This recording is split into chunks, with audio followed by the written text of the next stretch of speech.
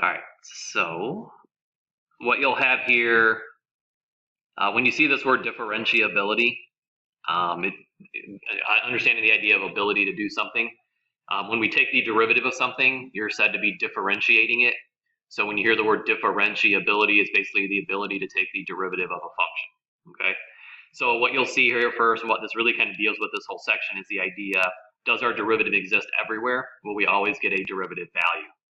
So the first thing we talked about is differentiability, and I define it as the ability to find the derivative of a function, and then it talks about how the derivative of a function will exist for the entire domain if the following three things are true.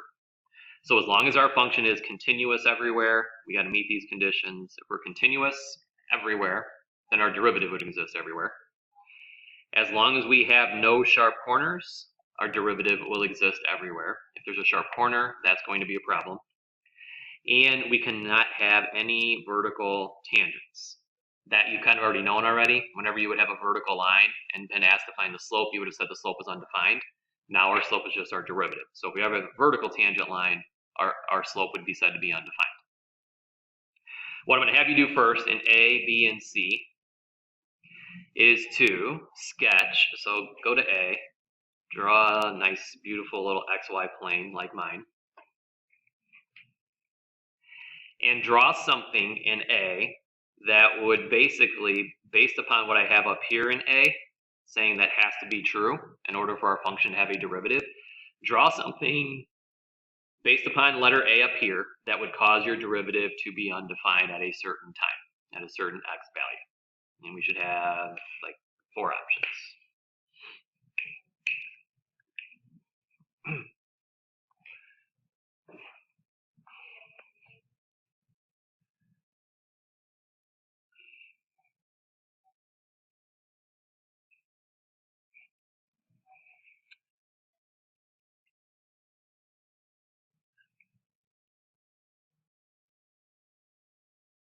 All right, so let's go. Steve looked like he wrote something down, looked up confidently. What'd you draw down on your paper there, Steve? I drew a jump discontinuity. Good. So since we have to be continuous in order for our derivative to exist, so let's say we come over here to like a -4. So he drew a jump discontinuity. So I'll do this, and then I'll continue on here. We would say at the x value of a -4, our derivative does not exist. We have to be continuous. So if we have a jump discontinuity, our derivative doesn't exist at that value. So what that kind of gets to, and the reason I said you would have 4 different options, any discontinuity that we just tested on, any of those popping up is going to be a problem. The obvious one is a vertical asymptote. So if I add a vertical asymptote over here, clearly the function doesn't exist at a vertical asymptote, so there's no way we could actually have a slope at a value that doesn't exist. So that would be an option. What do we, okay, let's say we pick back up and we have a removable discontinuity here. Again, we don't have an x value defined in our domain, so it's impossible for us to actually have a slope at that point. And even if we turn this into a point discontinuity, we can't have a slope at one specific point. All right, we've got to have sort of a rate of change of some sort, and there isn't one with one dot. All right, so any discontinuity that we come across throughout today, rest of the year, our derivative doesn't exist there. Next one, letter B. Same thing. Based upon what I'm telling you up here in letter B, draw a little XY plane here and draw in something that would make your derivative not exist based upon the condition up here.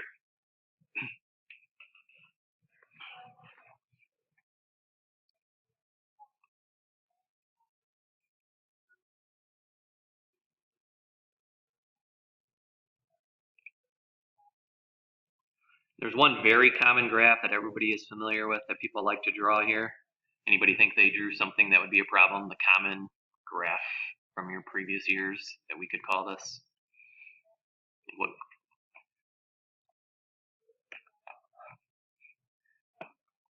Any confidence? Go ahead, Noran. I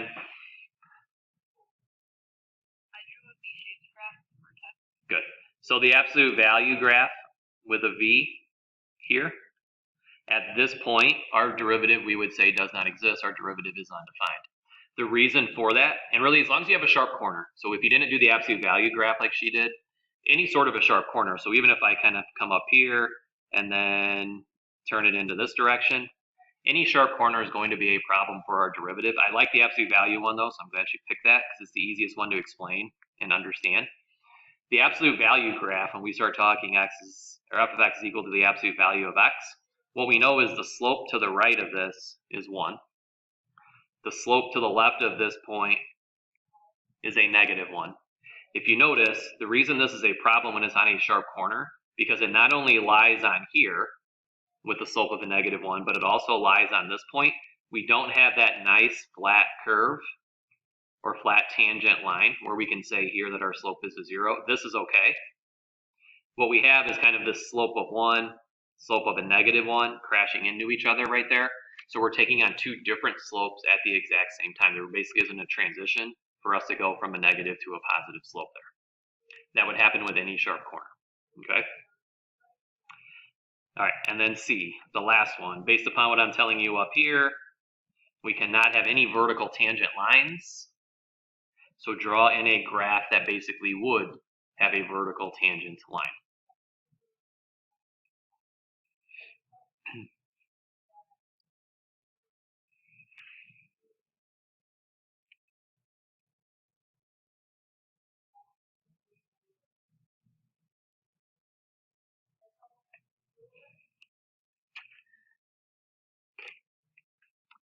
And there's two common graphs that people typically draw here when I throw this out there and kind of walk around. Two common graphs that have vertical tangent lines that we have nice words to define. One of them would be a parabola that opens left or right. So I could definitely say, right, oh, that's really big. You make that a little smaller. Let's say I could put a dot right here. I can definitely draw in a tangent line right here. I'm going to have a slope. I'd have a point down here. I can draw a tangent line in with a negative slope, but eventually I would have to put a dot right here. And when I get to that dot and I draw in a tangent line, that tangent line is going to be vertical. And this is really just a little review of what you had done in years past. If I ask you what the slope of a vertical line is, or you've known this for a long time, that's when we would have said our slope is undefined. Our vertical lines do not have a slope. Now we're just calling it a derivative. So now our derivative would be undefined when we have a vertical tangent. The other most common one is a circle. So if we talk about a circle, which we eventually will get to throughout the year, we can have a tangent line here with a positive slope, here with a negative slope. We'll have a slope of 0 here. But eventually you're going to get to this point right here or this point right here. And when we draw in our tangent line as a vertical tangent line, our slope wouldn't exist at those 2 points. As long as those three things don't exist, then our graph is going to have a derivative throughout its domain. All right, and that's for the most part what we deal with today. All right, you have a little theorem. You do get little theorems throughout calculus as well. Here's the first one, and this is something that you'll get tested on. If you were ever told that your function is differentiable, so as soon as I tell you that you're differentiable, that means these three things up here cannot occur. So if we know our function is differentiable, A, B, and C cannot be occurring. So what that would then guarantee, that would guarantee we are dealing with a continuous function. All right? So definitely understand that, know that little theorem. This then says, however, oh, what just happened there? The converse is not necessarily true. So what that means is, if I tell you that you're continuous, that does not necessarily guarantee that you're differentiable. And we can see that up here in letter B. This is a continuous graph, but you're not differentiable. So being continuous doesn't guarantee you're differentiable, but being differentiable does guarantee that you're continuous. So keep that straight. Those things pop up for random things throughout the course of the year. So all we're going to do in these first three, I want you to state whether the graphs below are differentiable throughout the entire domain. If you decide that it is not differentiable everywhere, state the problem that exists based upon the three things at the top of our page. So look at number one. Let's pretend also just for, no, we're good. Yeah, look at that one. Tell me if that's a yes or no. If it's a no, just be able to explain, identify what our problem is.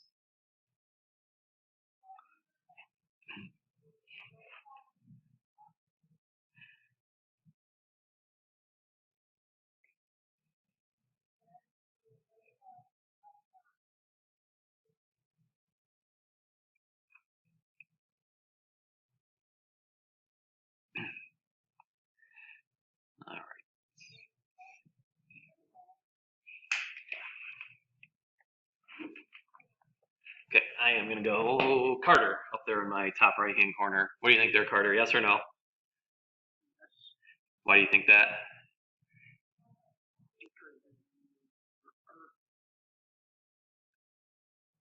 Take that back. Okay, that I agree with then. So now why is that a no, Carter? Because of the sharp corner at the top of the parabola and it turns into a straight line. Good. So we have a sharp corner. We'll just say at the x value, it's a little shorter, and it's at the x value of 0. So our derivative exists everywhere except at the value of 0. So this little sharp corner is a problem. There's not a nice smooth transition. He kind of actually said it really nice here. He said the parabola meets the line, but they don't do it in a nice smooth way. If you're driving your car here, so here we come along with our car, you're going to have a problem if you get right here and have to make an immediate left-hand turn. All right, so no, we have a sharp corner at 0. All right, 2, do number 2.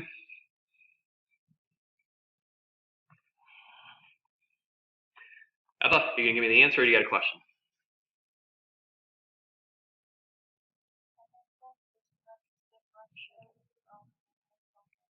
I don't think it's differentiable throughout the entire domain either, Eva. And why is that, Eva? Good.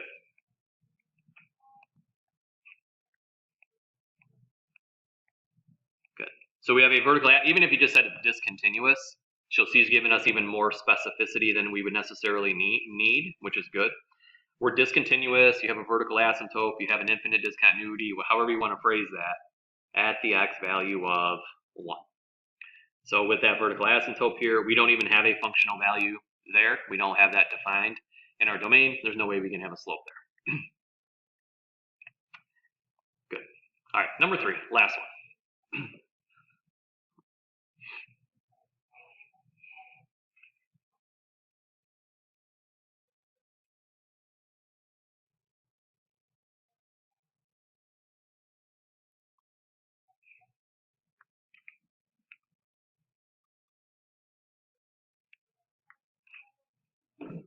Okay, I'm going to pick, let's see here.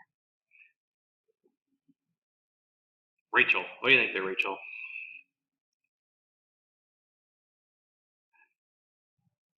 I think that it is differentiable. I think it is also. So yes, that should be fine. No discontinuities. There's no real sharp corner there, and there's no vertical tangent. So we would say that one is a yes. Now, number 3 is the big one, though. This is the one that leads us into the next page. So if I can make this a little smaller so you can see both. So if you look at number 4 now down here, it says the graph in number 3. So when I throw this into the computer and I graph this, is actually a piecewise function where the first part of the piecewise function is a parabola. So if you look at this, now if you look at this graph a little closer up here in number 3, you should see that this is a parabola. But notice how this actually is a line over here. Okay, if we look over here, that flattens out, straightens out, and it turns into a line. Because at x equals 1, so when they meet up at the x value of 1, our parabola turns into a straight line. We had that over here, and Carter explained this so eloquently a few minutes ago. We had a parabola. This also turned into a straight line, but if you were driving your car, if you were moving quickly along that path, you're going to have a major problem because of that sharp turn. In this one, however, Rachel told us that this is a differentiable graph, which I agree with. So what would have had to have happened for this one is that at this point right here, so just like in here, we were continuous. These two touch each other, the parabola and the line touch, but not in a nice, smooth transition way. What would have had to have happened over here, since this one is continuous, is this parabola would have had to have, so if you're driving in your car, coming around a turn, eventually the road straightens out. It would have to straighten out in a way that at this particular point, so at the x value of 1, our derivative, so let's now define some new points here, or new notations. As we would approach 1 from the left in our derivative, the only reason that this is going to end up being a nice smooth curve, even though it's a parabola turning into a line, would be because the limit as we approach 1 from the right in our derivative, those have to be equal to each other. If they were not equal to each other, then there's not a nice smooth transition and you're running off the road in your car. So what do we do if we don't have a graph to look at? In number 3, we can just look at the graph. So let's say I get the graph off of the screen, and we didn't know what that looked like. Here's how this would now need to play out if we don't know what the graph looks like. So it says, using the test for continuity and then one-sided derivatives, which we just mentioned for the first time, show why number 3 ends up being differentiable in case we don't have the graph to look at. So the test for continuity we've already tested on. So the first thing we have to be assured of is that we don't have a discontinuity. We have to make sure that this parabola here and the line actually touch each other. We know that right now because the graph is there, but let's pretend we don't know that. So the first thing we would do is just go through those tests for continuity. So we would want to see, is there a functional value at 1? And there would be. That would be 2. We would then look to see, does the limit exist as we approach 1? So here's our left-hand limit, there's our right-hand limit. Evaluate that. Both of those are going to spit out a 2. And then the third thing is we know those are equal to each other. 2 is equal to a 2. So we check all the boxes for being continuous. That's why that graph, if you look back at number 3 right now, there's no gaps in it. But what we would now need to guarantee, because as in number 1 here, this is also a continuous graph, but we don't have a differentiable curve everywhere. So the third thing that would now, or the next thing that would have to happen is, so now what we're going to do so this is our continuity test. This will be our one-sided derivative test. What we would want to do is take the derivative of that piecewise function. We now know our shortcuts for this. That's actually why I flipped these 2 dates around, if you were wondering why we do 3 first and then 3.2, because it makes these now a little bit quicker. Take the derivative of this piecewise function. So the derivative of this parabola will always be twice x, just using our shortcuts from yesterday.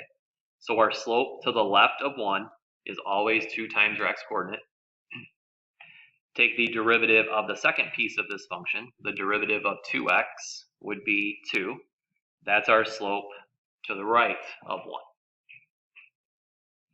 Then what we want to know is, as I get really, really close to 1 from the left, would our slope be the same derivative value that we get really, really close to as we approach 1 from the right? So similar to what you've been doing, we're just now doing this with our derivative. So for the one from the left, here is our left-hand derivative value. If we now take our 1 and plug it in, our slope is converging on a slope of 2. If we do our right-hand derivative value, so the second part, if I take this and plug it in, it's always 2, it's a constant. The reason those will transition nice and smoothly from a parabola into a line is because when they do meet up with each other, we would see that their slopes are the same at that point in time. There's a nice smooth transition between the parabola and the line. All right. So those are now our tests, so that when we go to the next page, and we don't know what these graphs look like, and we really don't want to spend the time graphing them, we can now go through that process to determine if our graphs would be differentiable everywhere. Okay. So that's our first, or those are the problems we're going to do here. First step, just do your continuity first. So go through those. These we should be pretty good at. We tested on it. We all did reasonably well on that. Yes. So do that.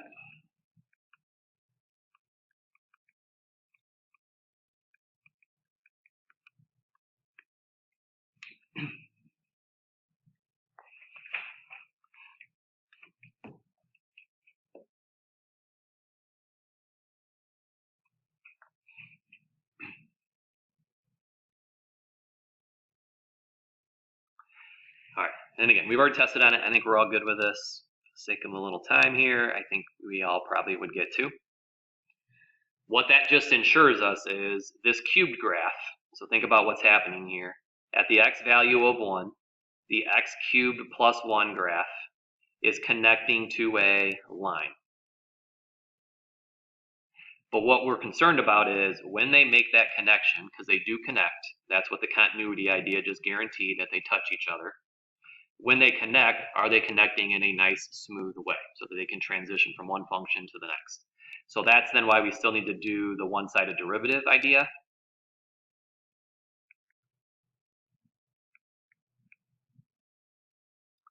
So when we now take this derivative, we would get 3x squared, and then the derivative of the second one would be 2x.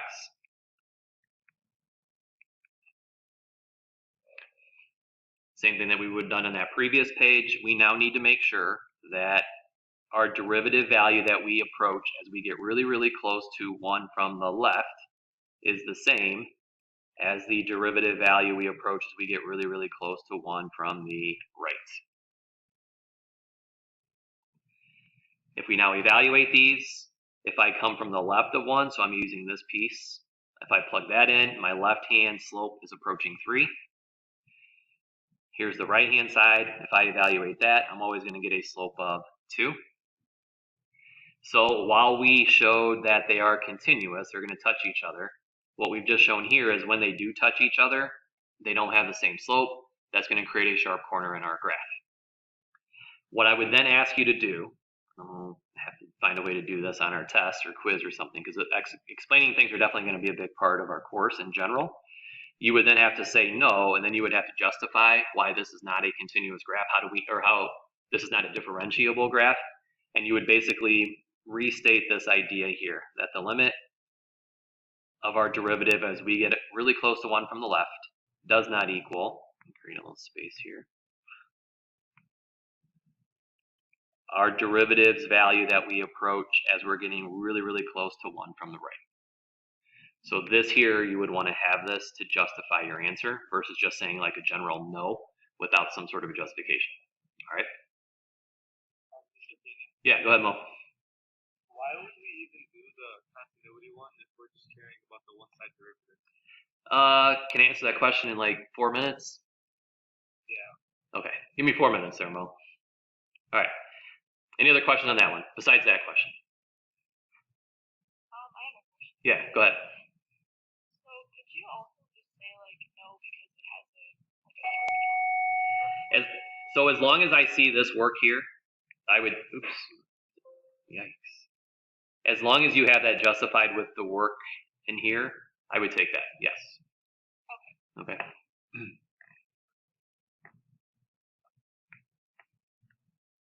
All right, so now number 6. So try number 6 real quick. Yeah, go ahead, Eva, you got a question?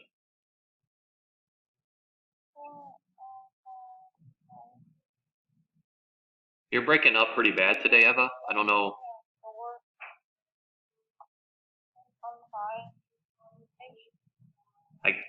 I'm not able to really make out. Eva, you're kind of cutting in and out. Or if your mic is far, or I don't know what's going on, but I can't really hear you. Now you're frozen.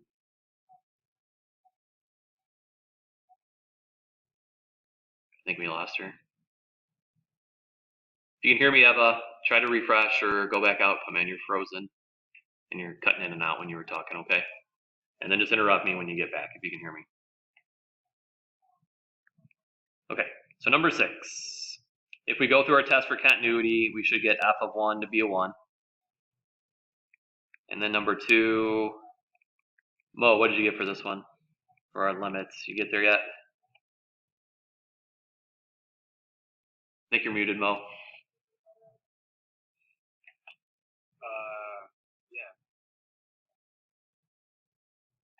Yeah. Yeah, what? Oh yeah, it would be 1. So from the left, you're gonna plug in and get a 1, right? Yeah. From the right, if I plug in, what would we get? 3. All right, so 1 is a 1, the other's a 3. What's that mean about our limit? Doesn't exist. Okay, so because of this, then right away, so this somewhat answers Mo's question. Right away, we can say this is not differentiable. And then it's up to you, you know, I think it was Annabelle asked a question about it. As long as this is here, what I would like you to basically say is, you basically restate this statement that the limit as x approaches 1 doesn't exist. We would also know that means there's a jump discontinuity. So if you went ahead, as long as you have your work here and you wanted to tell me there's a jump discontinuity, that would be acceptable. Okay, that's okay. All right, it's been about 4 minutes, right, Mo? All right, so a good time to answer your question. So now here's why we still want to do the continuity idea, because if we just jump right to our derivative and we do 3x squared and 3 as I approach from the left and the right of 1. So this is now the derivative of this. If I plug in a 1 right here, mo, what is that going to spit out for our left-hand derivative? 3. And then what is it going to give us from the right-hand side? So wouldn't that then tell us that, yeah, our slopes from the left of 1 and the right of 1 actually are equal to each other? But the graphs never even touch each other. There's a kind of a jump in that graph. So this would lead us to believe that we are differentiable when we just said no because you're not continuous in the first place. All right? Does that make sense? Yeah. What if, so say we get like, we test continuity, we get like 2 equals 2. What if you do the one side derivative and you get like 3 equals 3? Would that ever happen? Yeah, that's what happened in this one, right? Oh yeah, these don't have to be the same. Like by that I mean these values don't have to be the same. So if this would have been a 3 and a 3, we're still good. This just guarantees that they touch each other. And as long as these slopes are the same, that means they're transitioning in a nice smooth way. Okay? All right. Okay, number 7. Go all the way through that one, see what we think. See if we got all this down. Let me get rid of this now. We'll get on to some new problems. How about your back? Do you have a question while people are working on this?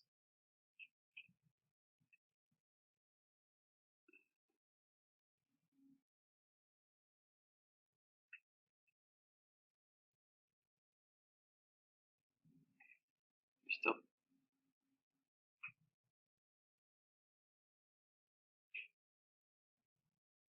Yeah, I'm still not hearing you. Sorry, Eva. The work of problem 1. Yep. As in number 5, or this problem 1, like number 5?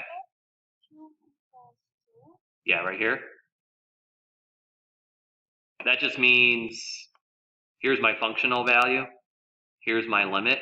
Those have to be equal to each other, and they were. Okay.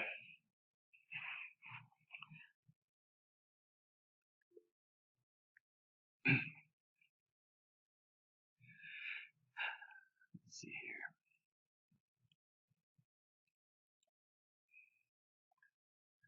Maybe, Devanshi, maybe. If we have time, we can talk about it. If not, we're going to see that question from yesterday that we didn't get to. You're going to see that plenty as we move forward throughout the course of the year. So if we don't, I wouldn't freak out about it. You'll see it. Okay. All right, so number 7. If we go through our continuity test, we should find f of 2 to be what? 1. If we go through with our limit as we approach 2, that should also be a 1. Those are then equal to each other. Our functional value does in fact equal our limit as we get close to 2. So that means they're going to meet. This parabola is going to turn into a line for sure. They're going to touch each other. But we are then concerned about, do they transition nicely from one to the other? So you would take the derivative of that piecewise function using our shortcuts from yesterday. So 2x is the derivative of the first, 2 is the derivative of the second. What we're now testing is our derivatives limit as we get really, really close to 2 from the left, and as our x value gets really, really close to 2 from the right, to see if they're equal to each other or not. So here's our left-hand side. If I plug that in here, I'd get a slope of 4. Our right-hand side would be the second piece. That's always a 2. Since those are not equal to each other, we would say that's not differentiable. And for the sake of time, you're basically writing the same thing we wrote in down here. All right, you would basically say, no, the limit for my derivative from the left does not equal the limit for my derivative from the right. All right.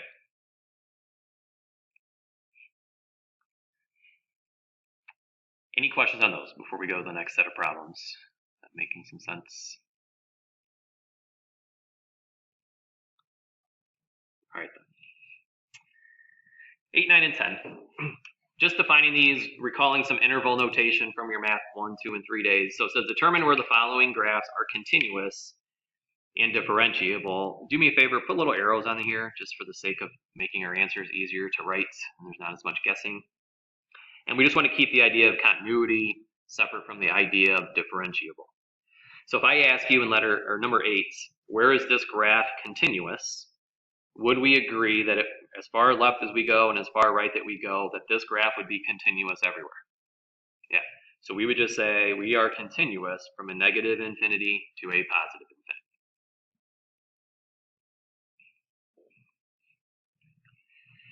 If we then jump to this idea that we talked about today, now differentiable, so from a negative infinity to a positive infinity, would we agree that we are, what do we think? Are we differentiable everywhere? Good. Starting to hear some heads shake no. At the x value of 1, hopefully we can look at that, see how there's a peak, there's a sharp corner right there. So we're differentiable everywhere except 1. So the way we would just write that is from a negative infinity to 1, and then you would have to use parentheses indicating that while we're going to go up to 1, we don't ever actually get there. We would do a union, pick right back up at 1 through infinity. So pretty much negative infinity through infinity, excluding the x value of 1. Okay, same thing with number 9. Same idea. So write number 9. Put little arrows on the end of these just so we don't have to guess where they start and where they end. So they'll go negative infinity to infinity. And then do your continuous interval and the differentiable interval and see what we think.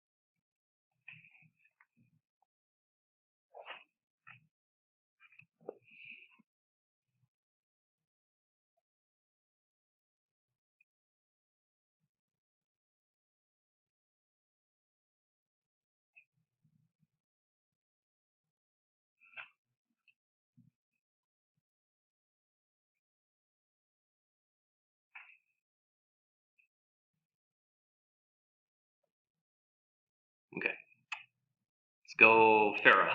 What do you think, Farah, for the continuous interval? What do you got? I said negative infinity to 1, and then the u, and then 1 to infinity. What do you want? Parentheses or brackets on the ones? Parentheses. Okay, good. And then 1 to what? Infinity. Not quite. Just because, look at, where else do we have a break in our graph? Oh, is it 1 to 3? Good. So that, good. Would there be a bracket on 3, or would it still be parentheses since it's sharing 2? Good. Yeah. So that's a good question that I would imagine most of the 30 people sitting here right now are going to ask. We know this next one's going to start at 3. We know we're going to go to infinity. We're going to put a parentheses right here. But a lot of people are then wondering, do we want a parentheses or do we want a bracket on the 3? So the question then ultimately becomes, if I ask you this question, are we continuous at x equals 3? If I just ask that general question, is this graph continuous at the x value of 3? Everybody should be shaking their head in the no direction, correct? So because of that, you cannot put a bracket on here right now, because if you do, then isn't this a continuous interval from 1 through infinity? Okay, so because of that, we would need to make sure, even though you have a closed dot there, we would still want to say that that's an open parentheses on the 3. All right, so good question. Now, the differentiable part, you're probably going to want to do that underneath because this is a rather horizontally long answer right now. Let's see here. You have that one, Farah? Yeah. All right, what's that one going to be then? I had parentheses, negative infinity, 0, parentheses. Then parentheses 0 to 1, parentheses. And then parentheses 1 to 3, parentheses. And then parentheses 3 to infinity. Good, a lot of parentheses there. Good. So we have a sharp corner, we have our 2 discontinuities, all of those need to be excluded from our interval. Okay, good. All right, number 10, last one. Go ahead and do that one real quick, that should be an easy one.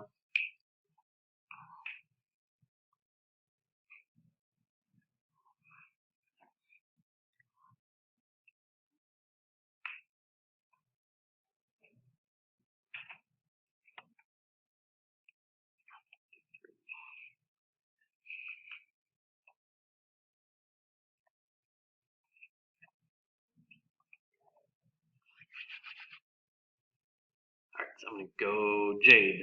What do you think there, Jade?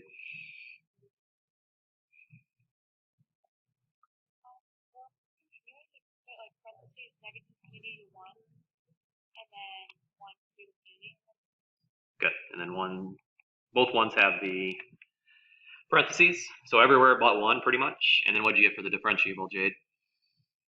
The same thing. Good. And then we should get the exact same thing for the differentiable idea. All right? Good. So keep those ideas straight. Continuous, differentiable. Make sure we're not getting those mixed up. Last question. This is right off of an old AP test. This is sort of something that they like to do. Multi-steps, ask them a little bit different way. So it says, let f be a function defined by, so you're given this function. Find the values of a and b. So if we look, we don't know what a is here. We don't know what b is. But you're going to figure out what those values are. So that if we basically go through the steps that we did at the top of the page and all of these problems, so when we did all of these here, when we went through all those steps, it's going to work out. So we need to figure out what values of a and b would allow us to go through all those steps and ensure that we're not only continuous, but we are also differentiable. So it's just them working backwards. They're telling you it's differentiable and continuous. Fill in some a and b values that would make that work. So let's deal with this first. It's nothing different. Again, you want to kind of get used to just questions being asked in a little bit different way. If we deal with the idea of continuity, we know our functional value at 1 has to exist. So we're going to figure out what is f of 1. So if we go up to this first piece, here's where, I guess the second piece of this function, here's where the x value of 1 is defined. Plug in a 1 for your x's. And if each x becomes a 1, you would just be left with the sum of a and b. You would just get a plus b.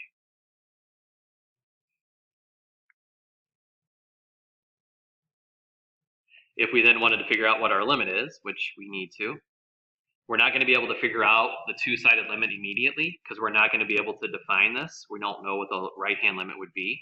So let's write this as two separate parts. Our limit, hold on, don't put the tick mark there.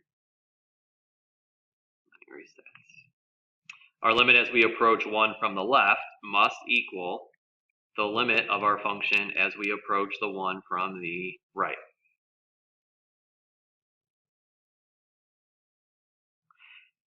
All right, well, the limit from the left, we can actually figure this one out. The limit from the left is 2.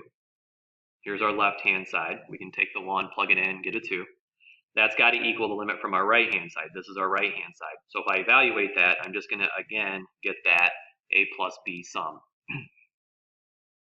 So what we know is a plus b has to equal a 2, but that really is not enough information for us to go on to number 3. We're kind of stuck there. But what we still have to deal with is the differentiable part, which means their one-sided derivatives also have to be equal to each other. So if we now go to that step, actually do these derivatives. These are both, as people who just learned the shortcuts yesterday, somewhat tricky derivatives to take. So take the derivative of the top part, take a derivative of the second, and see what we come up with.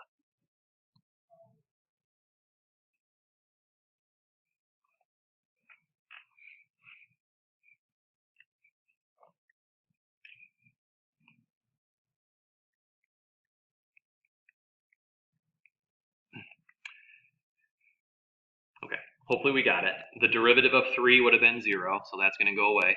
The derivative of a negative x would have just left you with a negative 1, so that should be the derivative of the first part. The derivative of ax squared, keep in mind a is a constant, so we would just write that as 2ax, plus bx is like a 6x. If it was 6x, our derivative would just be 6. So the derivative of bx should have just left you with a b. Okay?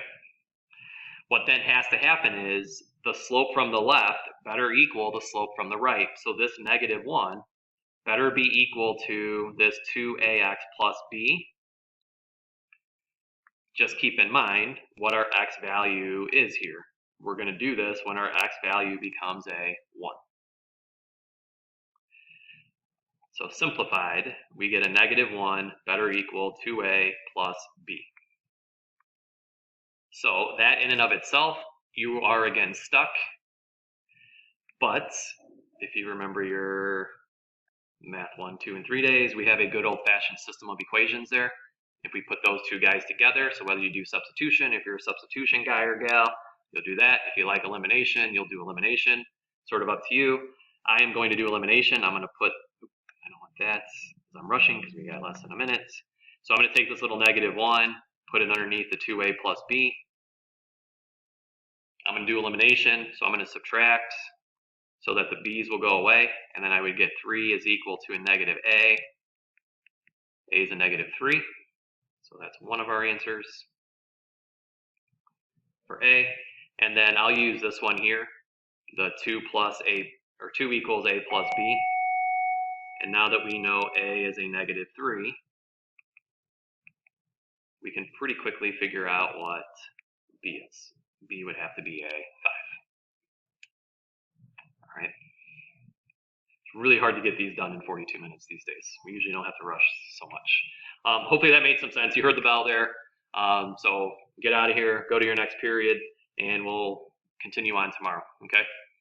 All right. See you guys. Have a good night.